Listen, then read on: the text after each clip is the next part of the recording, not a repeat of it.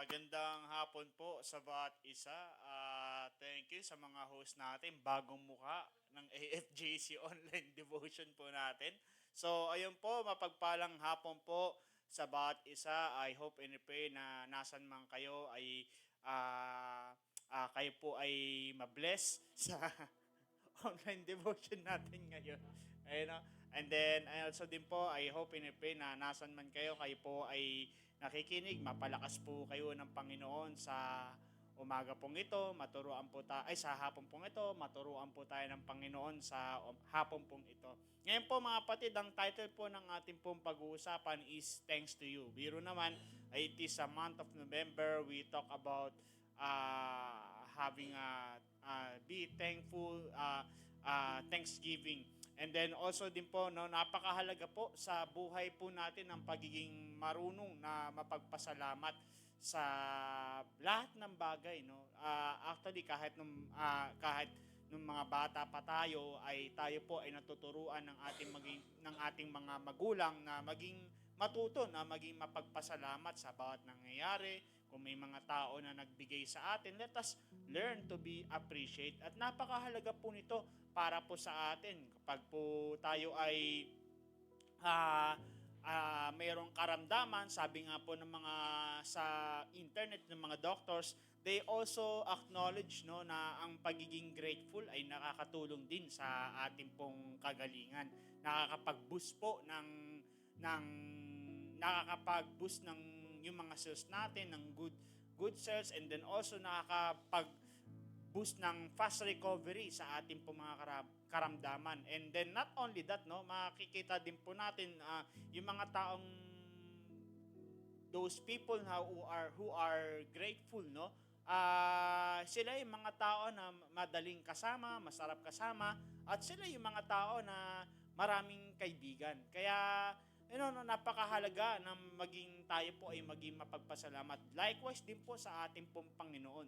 Mahalaga po na tayo po ay maging mapagpasalamat dahil kapag tayo po ay marunong mag-appreciate, marunong magpasalamat sa Panginoon, is pwede yung pagpapala na binibigay ng Diyos sa atin ay pwede pang dagdagan ng Panginoon.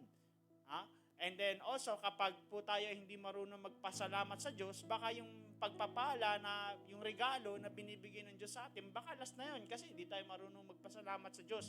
But through this, sa hapon pong ito, no, matutunan po natin ang kahalagahan na maboost po tayo, ma-encourage po tayo na matutong mapagpasalamat sa ating pong Panginoon. At yung verse na ating pong pag-aaralan, yung babasahin po natin ay sa Luke chapter 17, verse 11 to 19. No, sabi dito, now on his way to Jerusalem, Jesus traveled along the border between Samaria and Galilee.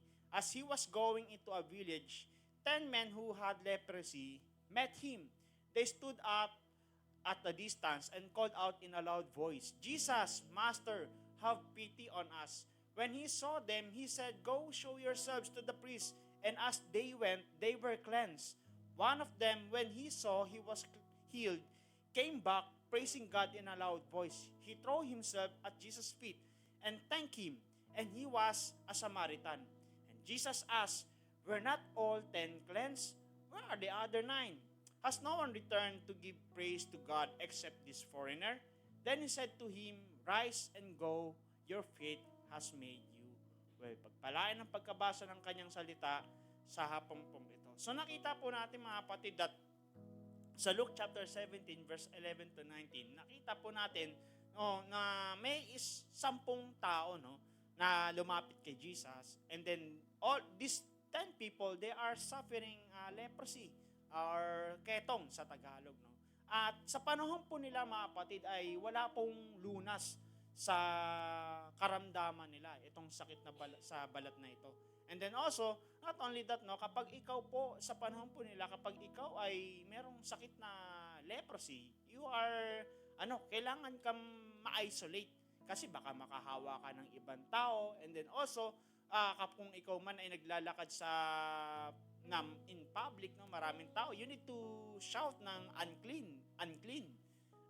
na ikaw ay hindi malinis. Kasi kapag hindi mo nagawa yun, merong pataw na parusa kapag hindi nyo po nagawa yun. Yung pagiging negligence na yun, naging pabaya ka at nakahawa ka ng ibang tao. So, these 10 people are, makikita natin yung buhay nila, no? That their life is not normal. Na imbis na sana may kaibigan sana sila, na imbis sana may mga tao na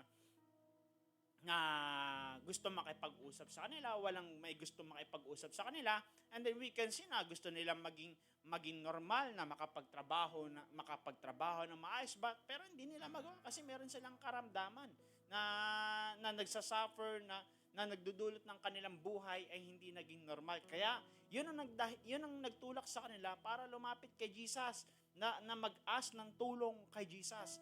Ang maganda kay Jesus, when we ask to Him, no, for healing, for a help, Jesus is always generous. Binigay ni Jesus yung kagalingan sa kanila, and etong sa 10 na to, kaya lang sa pangit na pangyayari, ang nangyari is isa lang ang bumalik para magpasalamat kay Jesus. At siyam lang yung siyam, hindi natin alam kung nasa napunta kasi wala namang sinabi sa Biblia. Pero malinaw dito is isa lang yung bumalik para magpasalamat kay Jesus. At kagaya po ng sinabi ko po kanina, na kapag marunong ka magpasalamat sa Diyos, yung binibigay ng Diyos sa'yo, pwede pa niyang dagdagan yon dahil marunong ka magpapasalamat. Pero kapag hindi ka marunong mag-appreciate or magbigay ng pasasalamat sa Diyos, baka yung binibigay ng Diyos sa'yo, o yung regalo yung pagpapala o yung regalo na binibigay ng Diyos sa'yo, baka last na yon. Kagaya sa verse na ating pong binasa, na itong taong ito na bumalik kay Jesus, no? Hindi makikita natin dito na hindi lang physical na kagalingan ang naranasan niya. When he go back to Jesus, meron pang pagpapalang binigay ang Diyos sa kanya, at mamaya malalaman po natin yon. But we can see, no, ano yung nagtulak sa kanya? Ano ba yung ginawa ng tong taon to kung bakit ganun na lang yung naranasan niya na dinagdagan ng Lord yung pagpapala na binigay sa kanya? Anong klaseng pagpapasalamat ang ginawa niya? No? Anong klaseng pagpapasalamat ang ginawa niya where na kapag in-apply natin to sa buhay natin, na kapag ginawa din natin to, makakasigurado tayo na pagpapalain pa tayo ng Lord. No? Kagaya ng naranasan nitong taong ito. Okay? And then we can see, no, sa taong ito, in verse 14, sabi niya, sabi dito in verse verse 15, sabi diyan, one of them when he saw he was healed, he came back praising God in a loud voice. Okay? Isang bagay na makikita natin dito sa taong to, nung nakita niya na gumaling siya, he came back to Jesus. And then what he do is praising God in a loud voice. No? Ganon din sa buhay po natin, mga kapatid. Once na kapag natanggap natin yung kasagutan ng Lord, let us, isang way ng pagbibigay ng pasasalamat sa Diyos is balik tayo kay Jesus. No? Balik tayo kay Jesus kasi yung iba sa atin, once na natanggap yung kasagutan, balik sa bisyo, balik sa dating buhay, balik sa kung anong ginagawa niya, wala lang, parang normal lang. Pero dito mga kapatid, makikita natin, hindi siya bumalik sa dati niyang buhay, but he go back to Jesus. No? And then when he go back to Jesus, makikita natin dito, anong ginawa niya? Mga kapatid, hindi naman yung bumalik siya dito, tapos wala lang siyang ginawa. Ang ginawa niya dito, he praised God. No? And likewise din po sa atin, babalik ka kay Jesus, pero magpupuri tayo sa Kanya. Babalik ka kay Jesus, pero mag-aayos tayo ng buhay. Babalik tayo kay Jesus, pero aayusin natin yung pagbabasa natin ng ating Biblia. Babalik tayo kay Jesus, pero aayusin natin ang ating pong pananalangin. Babalik tayo kay Jesus, pero aayusin natin yung paglilingkod natin sa Panginoon. And then also makikita din po natin that this guy praising God in a loud voice. Na meaning to say that yung pagpupuri niya sa Diyos is naririnig ng iba, napapansin ng iba. Likewise din po sa ating mga kapatid. When we want to, when we go back to Jesus and give praise to Him, it should be visible. Okay, no? It should be visible na nakikita ng ibang tao, na kung gaano mo kamahal ang Panginoon. Di ba, ganun din sa ating mga kapatid, kapag ikaw ay na may nangyayaring maganda sa iyo, hindi mo mapigilan na ibahagi ito sa iba. No? Halimbawa, nakatanggap ka ng magandang nakatanggap ka ng, nagkaroon ka ng trabaho, yung kotse, nagkaroon ka ng kotse, nagkaroon ka ng magpagpapala, di ba? Di ba? Di mo mapigilang mabahagi yun sa iyong mga kapatiran na purihin ng Panginoon, napakabuti ng Diyos. Kaya po, every time sa ating pong simbahan, kapag po may pagkakataon na tayo po ay makapagbigay ng testimony, it is a big opportunity for us para mabigyan natin ng parangal ang Panginoon. Kaya para ma-encourage din ng iba na makita nila na ang Diyos tapat sa kanyang mga kanyang mga pangako dun sa mga anak niya nagtitiwala sa kanya.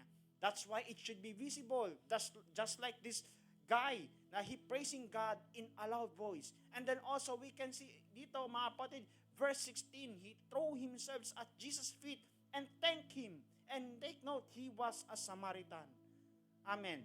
Makikita po natin mga kapatid that sa kabila ng pagiging Samaritano niya, nagawa niyang lumuhod sa harapan ni Jesus. And si Jesus po, siya po ay Hudyo. At makikita po natin sa pagitan ng mga Hudyo at ng Samaritano, hindi po sila hindi sila bate, no?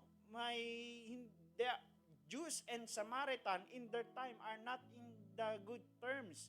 Every time na magkikita tong dalawa, talagang mag-aaway talaga sila kasi may mga antingin ng mga Hudyo sa mga Samaritano, sila yung mga tao na hindi edukado, sila yung mga tao na hindi mapagkakatiwalaan, sila yung mga tao na hindi mo dapat maging kaibigan. Ganon ang tingin ng mga Hudyo sa mga Samaritano that time. But we can see dito, no, etong taon to na kakagaling lang, galing sa ketong, nakita niya si Jesus bilang na hindi isang Hudyo.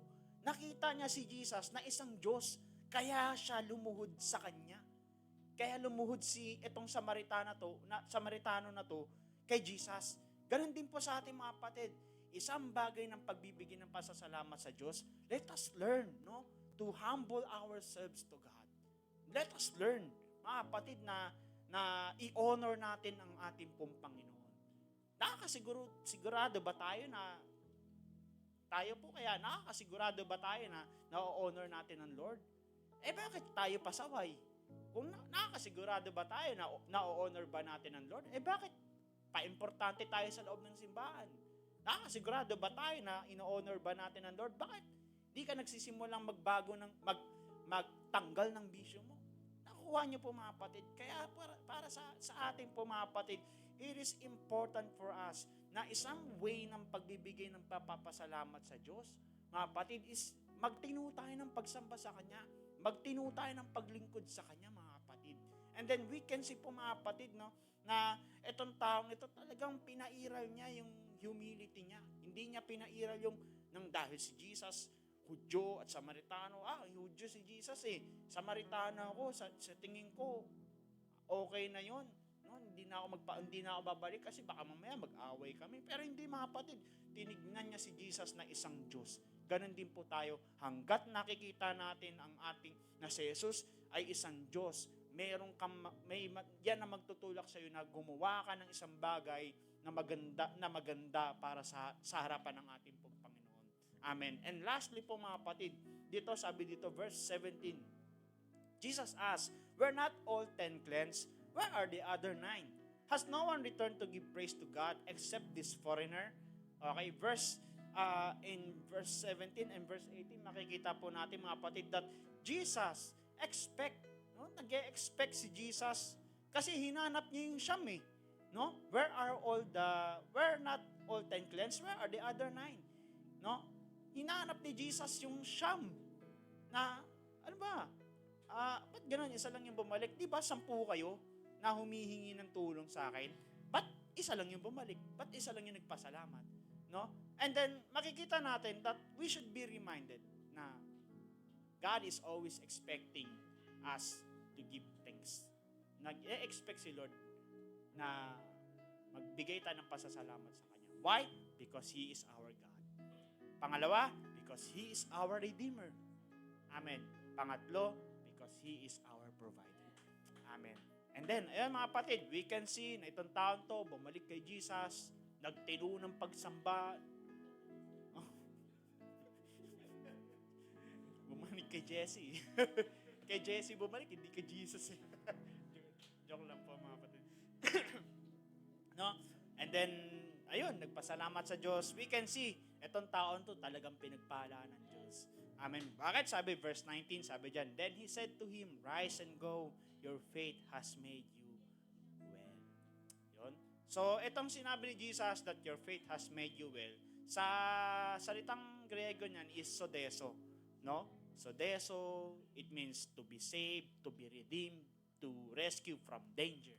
No? And then this sodeso, na mababasa din natin to sa Acts chapter 4, verse 12. And mababasa din po natin to sa John chapter 3, verse 17. No? Na it talks about salvation.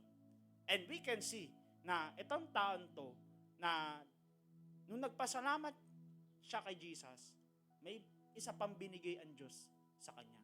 Una, kagalingang pisikal. Pangalawa, kagalingang spiritual. You see, nung nagpasalamat siya kay Jesus, kung di siya nagpasalamat, isa lang sana matatanggap niyang kagalingan. Pero nung nagpasalamat sa Diyos, may binagdag pa, may isa pang binigay kay si Jesus sa kanya, which is yung kaligtasan. Which is yung kaligtasan na yun, mas mabigat pa yun kaysa sa healing niya, physical. Pwede kang gumaling pero hindi ka ligtas. Pwede kang magkapera pero hindi ka ligtas. Pwede kang magkatrabaho pero hindi ka ligtas. Pwede kang magkajowa or gumanda ang buhay mo pero hindi ka na malayo ka naman sa Panginoon. Kaya nga sabi sa Bible, sabi sa Bible na what is a profit of a man if he gains the whole world but he lose his soul? No? Ibig sabihin na mas importante pa rin ang ating pong spiritual, mga kapatid, ang ating kaligtasan. Doon pa lang, when we saw na, oo nga,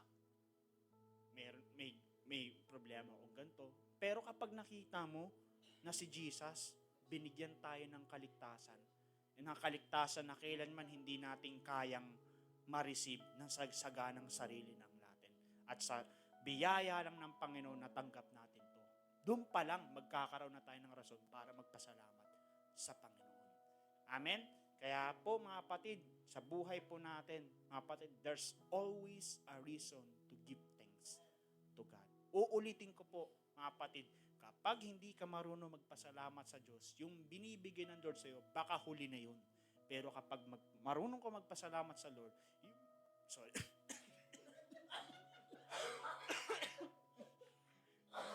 Yung ubo kasi, panira momento. Okay? Pero kapag marunong ka magpasalamat sa Diyos, yung biyaya na binibigay ng Lord sa iyo, pwede pa niyang dagdagan yun. Kagaya sa naranasan nitong taong Samaritano na to.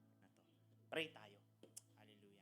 Panginoon, salamat po, Panginoon, sa hapon pong ito. Dalangin po namin, O Diyos, sa hapon pong ito ay nagpapasalamat po kami sa inyong salita at dalangin po namin, ma-apply po namin to, magkaroon ng execution, bigyan niyo po kami ng wisdom, paano namin ma-apply to sa buhay po namin, paano po namin to mapapakita sa kapwa namin, O God, Lord.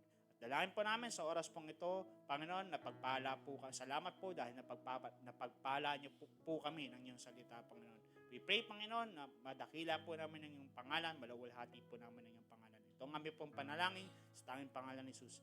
Amen.